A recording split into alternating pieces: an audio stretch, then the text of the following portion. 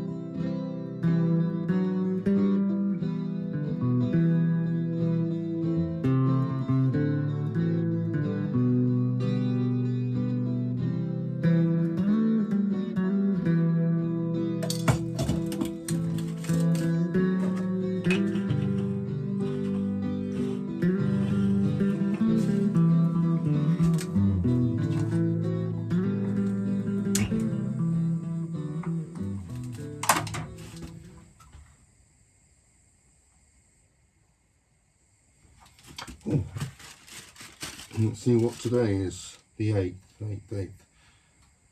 My kids like memorise the location of all the numbers like the day they get this. Why can't I see it? Oh, there it is. Have a magical Christmas. There's a star. There's a message from Santa in here. Is it cold on a narrowboat? Well, yes, Santa, it is cold on a narrowboat. Obviously, canals, by their definition, are a little bit colder than the land. So it's just about managing heat, like it is in your home. If you left the heat off for a couple of days, your house would be pretty chilly this time of year. So that's the name of the game. I've left the boat for a day and I come back at night after work and it is cold. You know, there's no getting away from it. It's damn cold. And does it warm up quickly? No, not really. If you light the fire, you're sitting here by the fire and obviously you warm up nice and quickly, that's fine. But the ambient temperature around the plates in the kitchen are still cold. So, you know, that's just the nature of it. You take the rough with the smooth. I don't mind that. I don't mind coming into something cold if it's just me. If the kids are here, it takes them ages to warm up. So I thought, you know, you have to manage it. So obviously I kind of keep some coal on when the kids are coming on board. So when they step on, it feels again like a home that they'd expect it to be. So I rely purely on this. I'm pretty much expecting to use it kind of 8 months a year. So obviously throughout the winter and then, you know, the kind of couple months either end of the summer really. And I said in a few videos ago about the coal and how much I'm spending and things like that. And really this is not really about that. There are a few alternatives to burning coal. So at the moment in there, I've got a heat log, which is one of these things. This is compressed, basically sawdust and scrap bits of wood, and it's all compressed and it burns quite well. They produce an okay amount of heat. And this one burns with a flame, so it's kind of okay to look at. Previously I've burnt coffee logs, which are pretty much the same. They burn for about 2 hours, they provide a decent amount of heat, but then that's it. They kind of crumble and fall apart, and the heat dissipates pretty quickly. So and you know, because of the steel stove, you know, once it's cold inside, it kind of cools down fairly quickly. So I use these though, because I use it to get an initial blast of heat. So when I get back from work, I light some kindling, chuck one of them on, and it really does kind of come to life. Coal takes a lot longer to get going. The alternative to this is this, the natural product. And you know, logs are great. They obviously burn really well. They've got, well, if they're dry, they do. If they kind of if they've been well seasoned. And they produce obviously a lot of heat. They're great. Government have recently passed a law that you're not allowed to burn wet wood. You're restricted on a narrowboat with what kind of wood you can even store. You see a lot of people with timber on the top. I mean, I haven't got much space on the roof of my boat, so I'm not going to start filling it with timber and with wood to burn. You need so much of it, and if as a continuous cruiser, I can't be just having readily supplied wood everywhere. It's quite expensive as well, given what it is, because a bag for like £8 you'd get through in a couple of evenings, and it's not, but it's nice to look at when it burns. It burns, it's an attractive flame and everything, and it stacks quite nicely by the fire. So it's this wins hands down in terms of aesthetics, but really you can't beat coal. Really, I know we're kind of living in a world where you're kind of being told we're not allowed to burn this stuff anymore, and really you can. The government passed a law this year to make the burning or the purchase of traditional house coal illegal. So I think it was May this year, you can't do that. They said it's less efficient. That's really, really debatable. Traditional house coal, like the old big lumps of it, burned with such heat. Like, it was really, really intense. So it worked well for that, but obviously it has a huge environmental cost, and so in terms of efficiency versus environmentalism, yeah, there's an argument there. Efficiency compared to anything else you can burn, no way, that stuff wins hands down, but you're not allowed to use it anymore. So this stuff is just manufactured coal. It's smokeless, so in all narrowboat there's a whole lot of different grades of this you can buy, basically how long it takes to burn. It's all smokeless, it's all pretty much of a muchness, but there are different grades you can go for. I just go for something pretty cheap, to be honest, and that just provides like an under layer, kind of base layer of heat of the stove. So at night I stack it full of that. I'm going to get myself a coal cage, which is designed to basically store the coal, so instead of it falling apart all over the area, it kind of keeps it together and it creates a much more intense heat. Because the idea is, obviously, you're just heating a stove. The fuel inside isn't really producing that much heat. The idea is you're heating this, and if you can keep this hot for longer, then this radiates. That's the plan.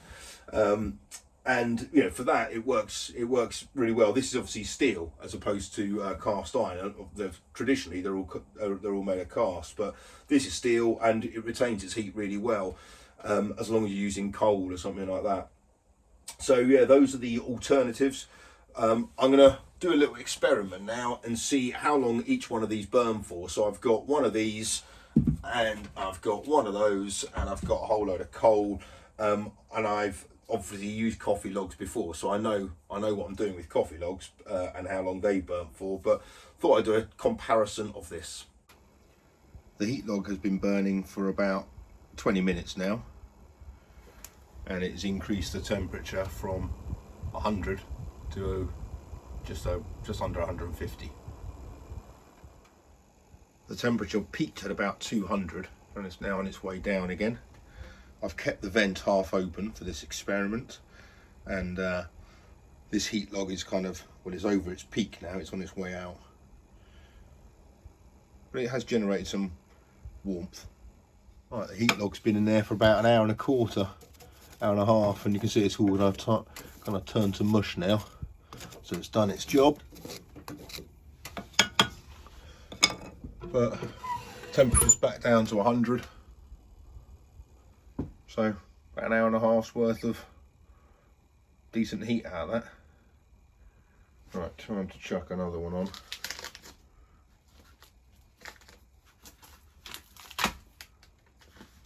The only thing is, these things kind of crumble quite easily. Oh shit.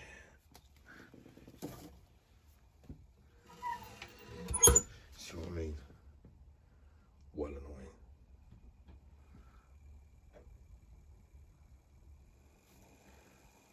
That there is some grease which came out of a Bakewell tart that my mum baked and I heated up slightly. And this here is the thermometer and the log which I've got in there, which has been in there for about 45 minutes. It's been a consistent 150 degrees Celsius, which is 300 Fahrenheit. give or take. There's loads left in it as well. Well, that log has pretty much all broken down now. The stove's at 175. The log lasted about an hour and a half. So, to be honest, it's not vastly different to these guys. It burns nicer, in fairness. It gives off a nicer flame. Talking of which, you'll have noticed when I was burning this earlier on in the video that it had a blue flame to it. That's got nothing to do with that. That is to do with this, which is something that Carol bought for me, which are these pine cones. Right, you chuck them in. You'll see there's already kind of one in there. I'm going to put a heat log on now for the night, so I'll put that in as well. And these things are called Northern Lights, and the idea is it burns with a nice kind of, if it's not too vigorous, it burns with like a nice bluey green haze to it to resemble the Northern Lights, obviously, which is pretty cool. That's kind of got it the right type of colour.